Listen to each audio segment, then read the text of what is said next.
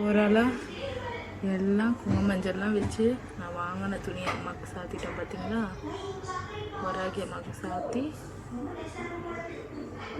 அப்பாவுக்கு ரோஜா பூ மாலை போட்டு வெத்தலை தீபம் போட்டிருக்கேன்.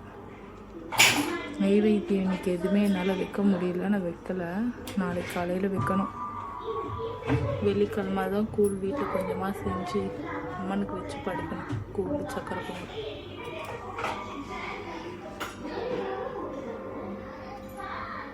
நான் பரண மேலே தூக்கி வச்சுட்டேன். அதாவது வீடு மாறிட்டே இருந்த கோவமா இல்லை வைக்கிறதுக்கு இடம் இல்லை, அது ஏன் என்னன்னு தெரியல. ஆனால் இங்கே கூட எனக்கு பூஜை ரூம் இல்லை, பூஜை ஸ்டாண்ட் இல்லை. வாங்கணும், ஒரு பூஜை ரூம் மாதிரி நம்ம வாங்கலாம். சரிங்களா,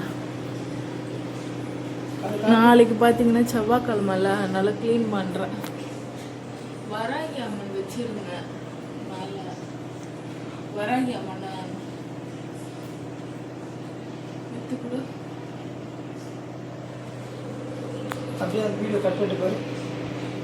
மேலே பார்த்தீங்கன்னா பலி இருக்குது. இவர் பெரிய பெரிய சிலையாக வாங்கிட்டு வந்துருவாருங்க. வீடு காலி பண்ணும்போது ஒன்று உடஞ்சிடுச்சு. இது வந்து பித்தளையில் நான் வராகி அம்மனை போய் வாங்கிட்டு வந்தேன். சரி, நம்ம இந்த ஆடி மாதம் வெள்ளிக்கிழமை வச்சு கும்பிடலாம். பார்த்தீங்கன்னா வந்துட்டாங்க. இந்த வீட்டுக்கு வரும்போது வச்சு கும்பிட்டுட்டு எடுத்து மேலே வச்சுட்டேன். இவங்க இப்போ தான் கீழே வரணும்னு இருக்கு. வீடெல்லாம் நல்லா கழுவி சுத்தம் பண்ணியாச்சு.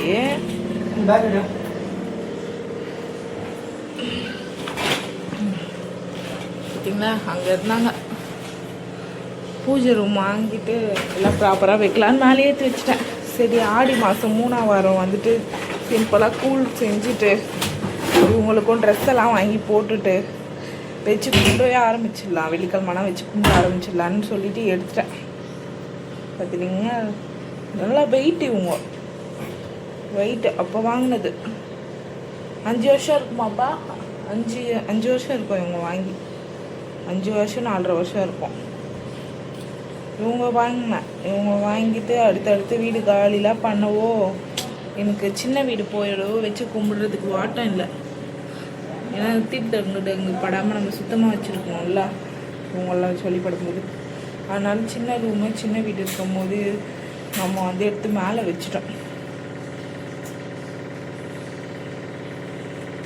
இப்போ இவங்களை நாளைக்கு தண்ணிலாம் ஊற்றி செவ்வாய்க்கிழமை பூவெல்லாம் போட்டு விளக்கேற்றிட்டு வெள்ளிக்கிழமை ப்ராப்பராக துணிலாம் வாங்கி கட்டி கூழ் வீட்டில் பண்ணி படைச்சி சக்கரை பொங்கல் வைக்கலான்னு இருக்கேன். சரிங்களா, ஃபாலோ பண்ணிக்கோங்க, சப்ஸ்கிரைப் பண்ணிக்கோங்க.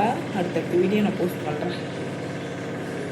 இப்போ பார்த்தீங்கன்னா இந்த பீத்தாம்பரி பவுடர் போட்டு அப்படியே விளக்கி வச்சுருக்கேன். வாஷ் பண்ணிவிட்டு எப்படி இருக்குதுன்னு பார்க்கலாம். பார்த்தீங்கன்னா வாஷ் பண்ணி எடுத்துட்டேன்.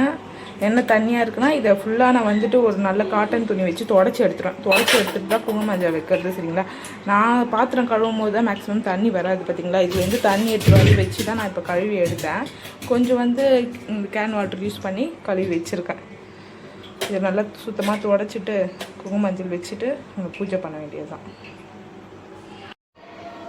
துடைச்சிட்டேன், தண்ணியெல்லாம் துடைச்சிட்டு குங்கும மஞ்சள்லாம் வச்சுட்டேன். முருகருக்கு பார்த்திங்கன்னா சந்தனம் வச்சு குங்குமம் வச்சுருக்கேன். அம்மனுக்குலாம் மஞ்சள் வச்சுருக்கேன். இந்த பிளேட் நான் வெத்தலை தீபம் போடுவேன்ல, வெத்தலைலாம் இருக்குது. ஓகேங்களா, ஓரளவு நான் எல்லாமே அரேஞ்ச் பண்ணி பூவெல்லாம் போட்டு இவங்களுக்கு வாங்கின இந்த ட்ரெஸ் எல்லாம் போட்டு காட்டுறேன்.